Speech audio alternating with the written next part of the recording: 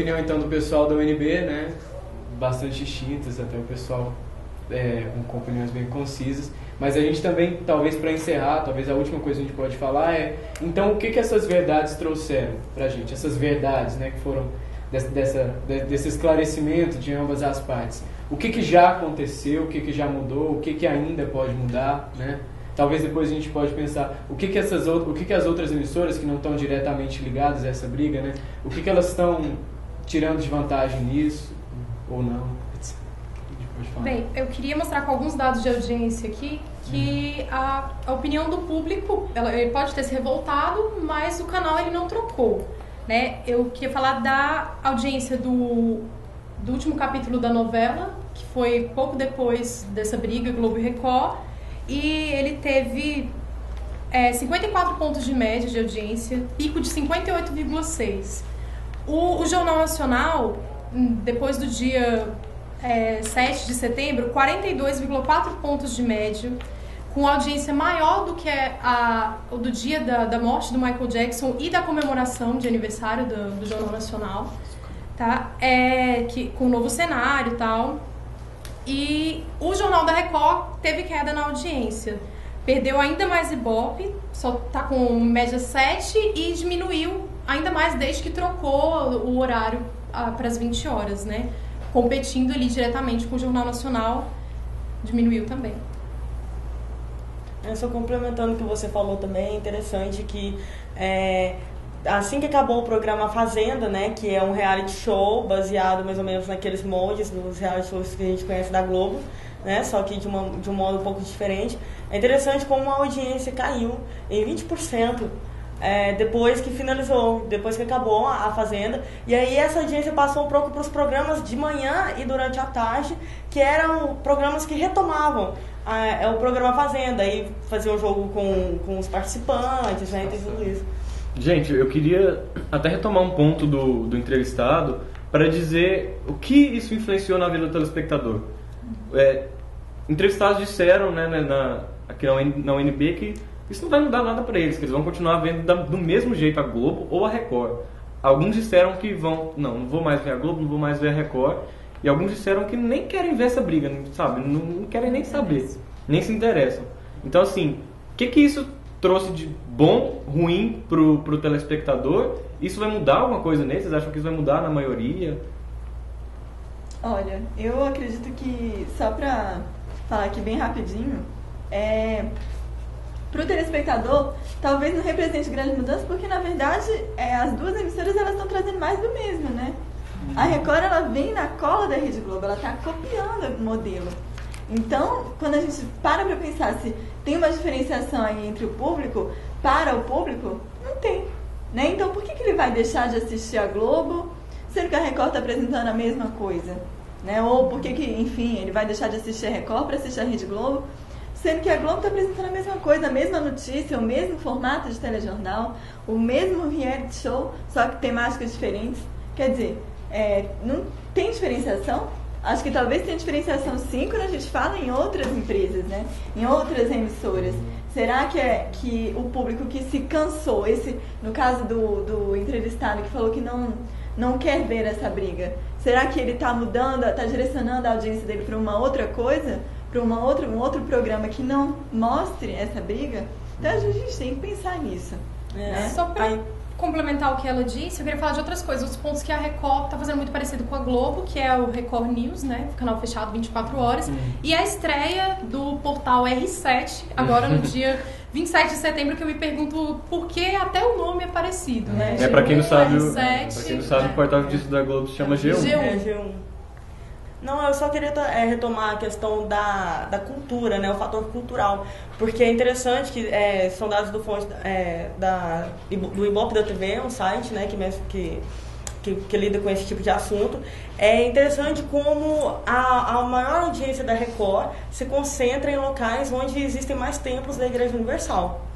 Que, em primeiro lugar, eles colocaram aqui o Rio de Janeiro, que é onde tem mais relações templo-habitante.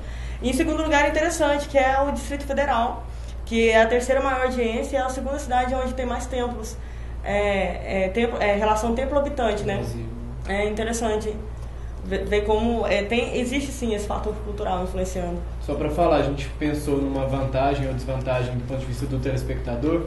Talvez seja uma pena que a gente perde a oportunidade de, vendo que um maior número de emissoras é uma maior oportunidade da gente ter várias fontes diferentes, né? É uma democratização da comunicação. E quando a gente tem dois canais brigando por um padrão muito parecido, mais do mesmo, né? A gente vai reduzindo esse aspecto democrático da comunicação. Ou seja, duas fontes distintas, duas produtoras, mas trazendo o mesmo ponto de vista, talvez, ou, né, de uma mesma forma. E isso acaba que talvez embota um pouco, né, a nossa própria construção de opinião. Talvez eles, como emissores, deveriam, né, se enxergar o erro nisso, né, e tentar justamente o contrário, uma concorrência que é saudável tanto para eles quanto para nós, que vamos ter mais diversidade, né? Que a Record imita e critica a Globo. Ao mesmo tempo, critica o que faz, né? Tá assim. Tudo bem. Você falando assim, esse ponto negativo, né? Mas isso pode até, a longo prazo, a gente pode ver até um ponto positivo, uma vantagem mesmo nesse caso, porque vendo esses erros, as próprias emissoras fazendo esses erros, vamos dizer assim, elas podem ver e passar a tentar melhorar. A Record não querer mais imitar a Globo deveria ser querer continuar sendo a melhor, mas de outras formas e tal. E também a gente pode ver, como você nos questionou, do caráter das outras emissoras. E outras emissoras podem tentar fazer tudo de uma forma diferente, isenta, né, imparcial, tentando, né, sempre. E aí, quem sabe, nós termos mais vantagens sobre isso do que o que, infelizmente, estamos tendo. Que são a grande conclusão é que a gente aqui também não vai decidir quem está certo ou está errado, não era esse o nosso objetivo, né? Mas a gente consegue entender várias falhas, talvez uma certa ignorância de criar essa briga, né? E não perceber que ambas podem cair no descrédito. Depois de um ataque que todo mundo fica de telespectador, a gente não intervém, né, de uma maneira muito direta, então não adianta elas esperarem isso da gente, é só uma influência gratuita. Pro bem ou pro mal, elas abrem pro julgamento do público, né? E eu queria levantar uma última questão, não sei se é possível, pra vocês responderem brevemente, sobre o papel das outras emissoras de televisão nesse conflito. Qual que é o papel delas? Mostrar esse conflito com outros olhos, não seja de uma das duas.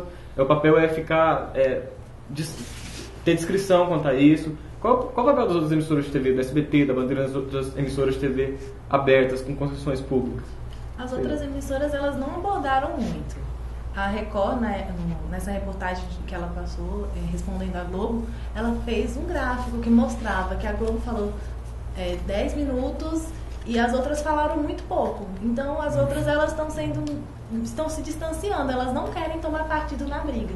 Elas estão só informando mais não a briga, informando o caso da denúncia do Ministério Público. Então, eu acredito que o papel é esse, de tratar jornalisticamente. Eles podem ser imparciais total, né? Eles podem falar tranquilamente. Outra coisa que, então, até pra gente concluir, assim, é uma briga que não se encerrou, talvez fique nessa disputa, uns vão pra frente, depois voltam, uma coisa de... né? Pode ficar nesse revezamento aí muito tempo. Então a gente não pode decidir. Acho que a gente até ficaria nesse debate enquanto isso tudo durasse, né? Ou se não, muda os personagens, mas não muda a situação, e acho que a gente vai ser assim. O importante é que a gente sempre se propõe a questionar talvez isso, né? E não simplesmente assistir de camarote uma briga e talvez até sem refletir muito tomar um partido, né?